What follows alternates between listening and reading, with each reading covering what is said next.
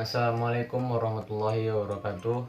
Innal hamdalillah nahmaduhu wa nasta'inuhu wa nastaghfiruhu wa na'udzubillahi min shururi anfusina wa min sayyiati a'malina. May yahdihillahu fala mudhillalah wa may yudhlilhu fala hadiyalah. Rabbi shrah li sadri wa yassir li amri wahlul 'uqdatam min lisani yafqahu qawli summa yafqahu qawli amma ba'du. Yang pertama-tama dan yang paling utama, marilah kita panjatkan puja dan puji syukur atas kehadiran Allah Subhanahu wa taala, yang mana Ia telah memberikan anugerah karunia-Nya kepada kita semua. Selawat berangkaikan salam, tak jemu dan tak bosan, marilah kita hadiahkan kepada junjungan alam, putra Abdullah kekasih Allah, Nabi besar Muhammad SAW. Yang saya hormati kepada Ibu Sukriyah MSc selaku dosen pengampu mata kuliah Fisiologi Hewan. Sebelumnya, perkenalkan, nama saya Dapar Rizky Sareja. Saya berasal dari Universitas Islam Negeri Sumatera Utara, Fakultas Sains dan Teknologi, jurusan Biologi, semester 5. Baiklah, di sini saya akan membahas materi saya tentang sistem pencernaan. Baiklah, saya di sini akan membahas tentang sistem pencernaan. Apa itu sistem pencernaan? Sistem pencernaan merupakan serangkaian jaringan organ yang memiliki fungsi untuk mencerna sebuah makanan. Makanan-makanan tersebut akan diproses secara mekanik ataupun secara kimia. Pencernaan secara mekanik yaitu pencernaan yang terjadi di dalam sebuah lambung yang melibatkan gerakan fisik dalam sebuah tubuh.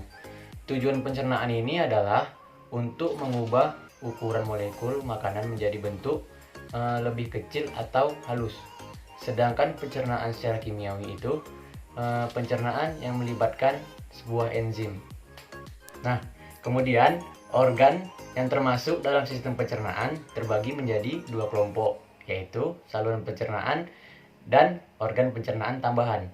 Sistem pencernaan ini memiliki fungsi utama mengubah makanan menjadi nutrisi yang dibutuhkan sebuah tubuh.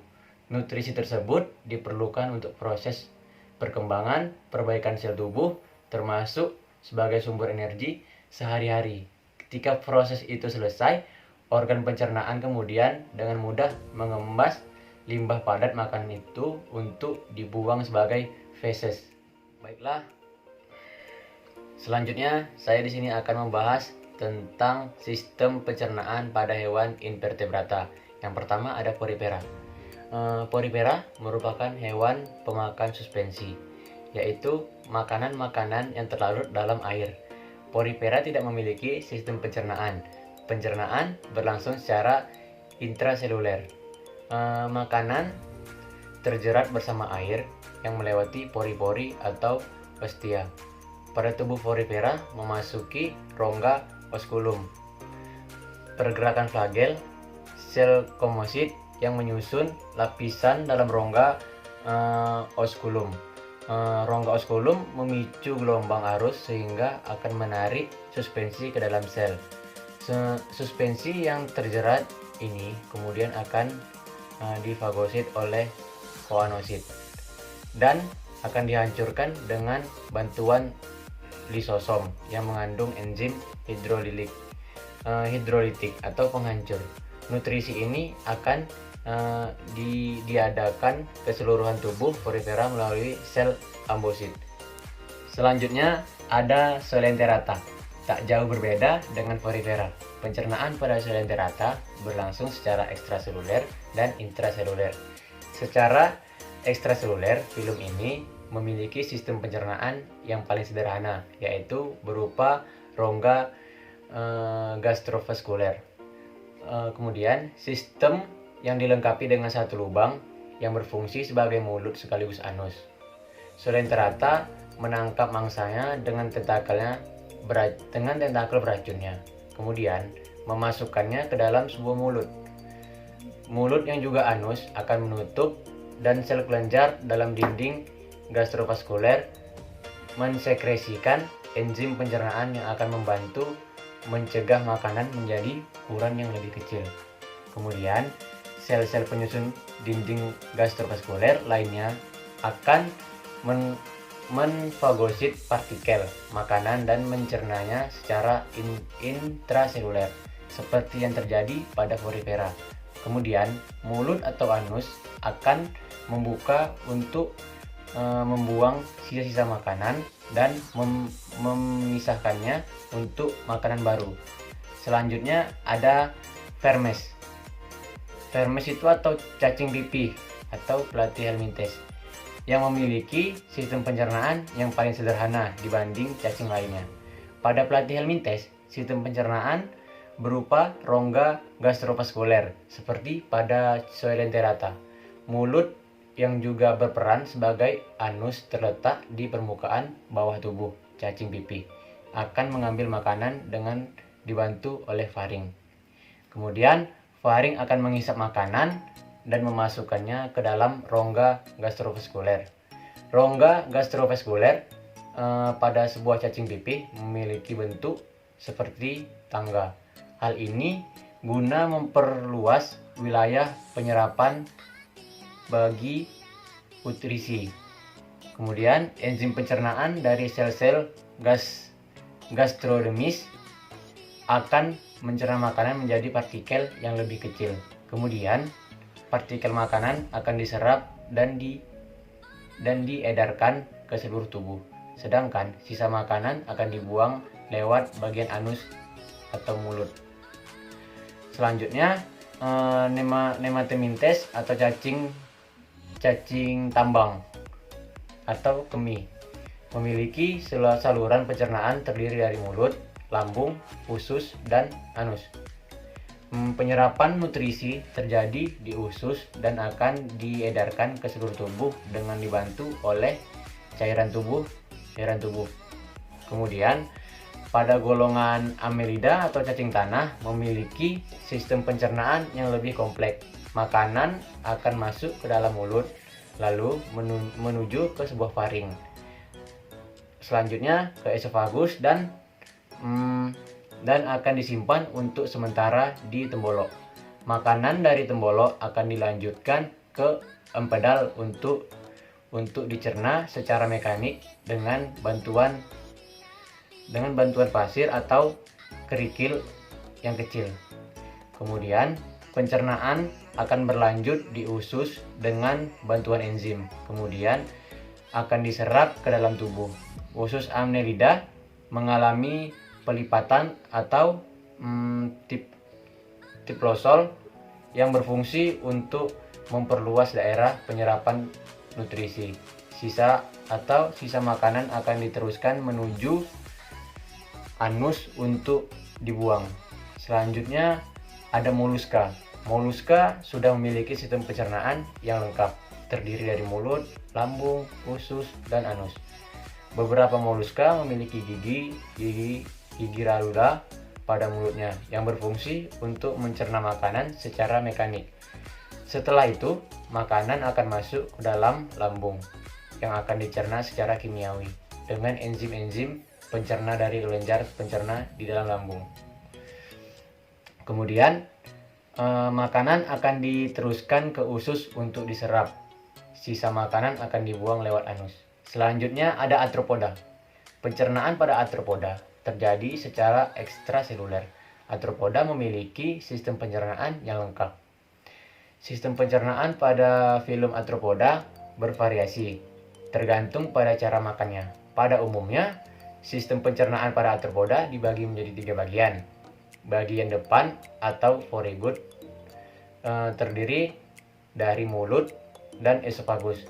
Tengah atau midgut, lambung dan usus.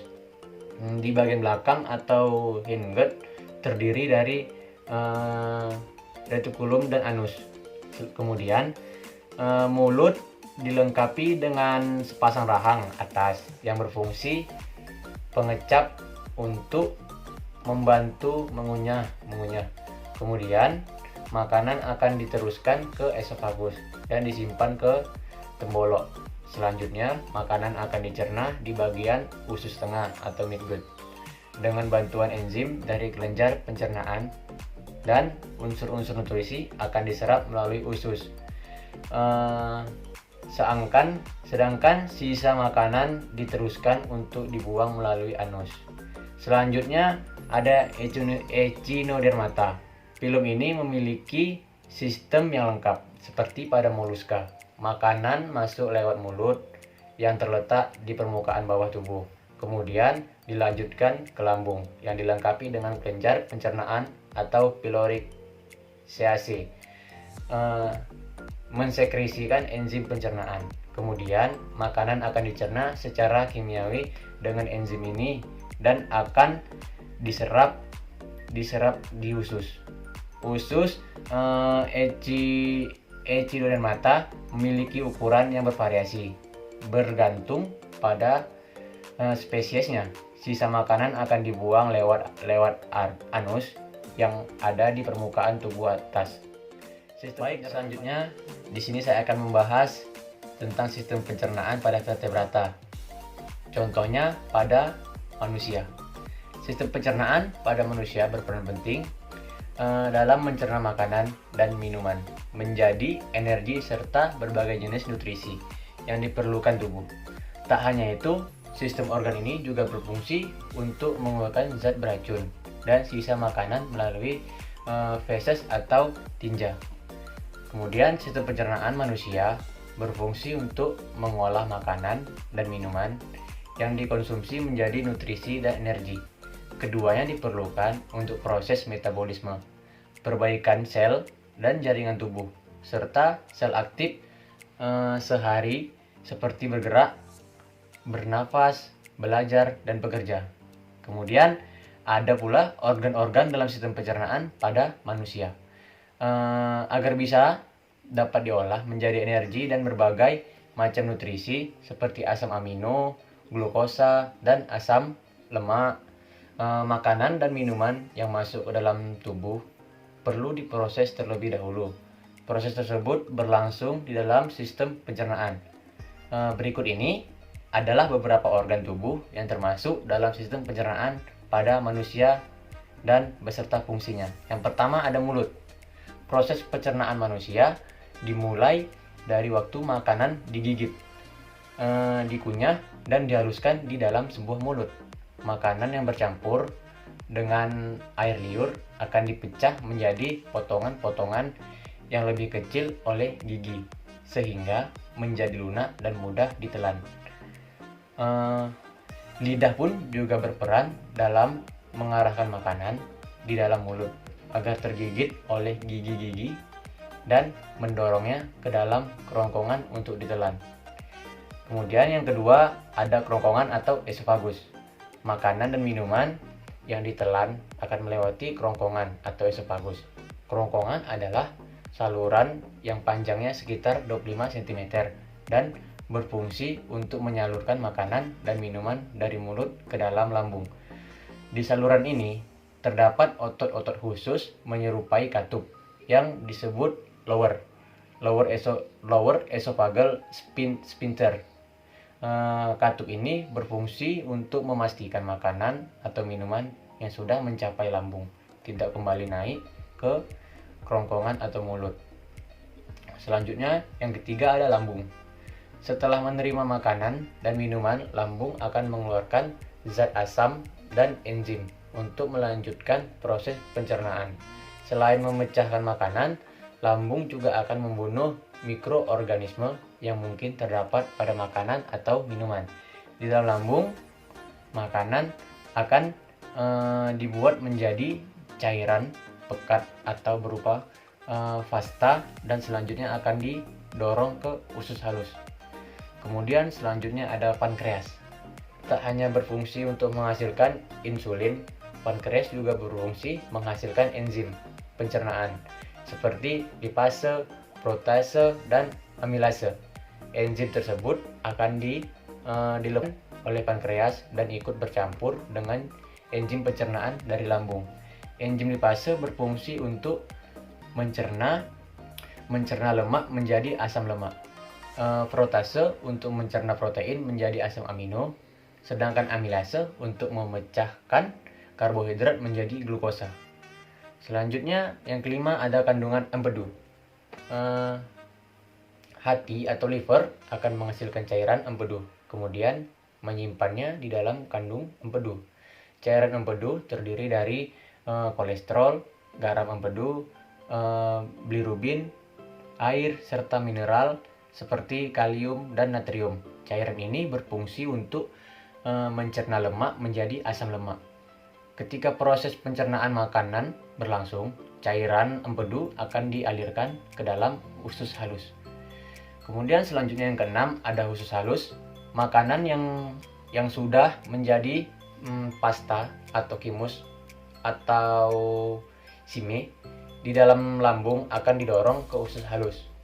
Gerakan yang disebut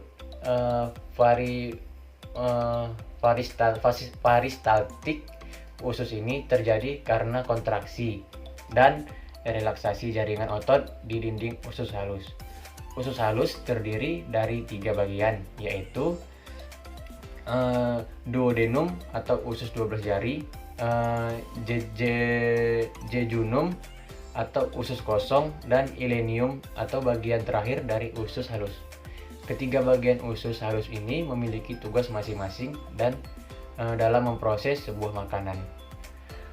Duodenum bertanggung jawab untuk melanjutkan proses pencernaan makanan, sedangkan jejunum dan ilenium bertanggung jawab untuk proses penyerapan nutrisi ke dalam aliran darah. Selanjutnya yang ketujuh yaitu ada usus besar. Setelah diolah menjadi berbagai nutrisi yang terserap oleh tubuh, makanan yang sudah dicerna akan meninggalkan sisa atau limbah yang disebut tinja atau feses. Usus besar akan mendorong limbah makanan tersebut ke dalam rektum, yaitu perhentian terakhir pada saluran pencernaan. Ketika rektum sudah terisi penuh dan tinja di dalamnya siap dikeluarkan melalui anus, Anda akan merasakan mulas dan muncul dorongan untuk buang air besar. Proses pengelolaan dan pencernaan makanan hingga menjadi tinja umumnya memerlukan waktu kurang lebih 3-40 jam. Baiklah, selanjutnya yang ke-8 ada rektum. Rektum merupakan sebuah ruangan yang menghubungkan usus besar dan anus. Fungsi organ pencernaan ini adalah untuk menerima sisa-sisa makanan yang sudah berubah menjadi feses dan menyimpannya. Saat feses masuk ke rektum, sensor yang berada di area tersebut akan mengirimkan pesan ke sebuah otak untuk menentukan feses tersebut perlu dikeluarkan atau tidak. Selanjutnya yang ke-9 ada anus. Anus merupakan pintu terakhir dari sistem pencernaan manusia. Organ ini terdiri dari otot yang digunakan untuk menjaga dan menahan feses keluar dari rektum jika belum saatnya. Selain itu, otot ini juga akan mencegah kita buang air besar secara spontan saat tidur. Mungkin sampai di sini penjelasan dari saya. Semoga bermanfaat untuk kita semua, terutama untuk saya sendiri pribadi. Lebih dari kurangnya saya mohon maaf, karena benarnya itu datangnya dari Allah Subhanahu wa Ta'ala dan salahnya itu datangnya dari saya sendiri. Wal akhir, assalamualaikum warahmatullahi wabarakatuh.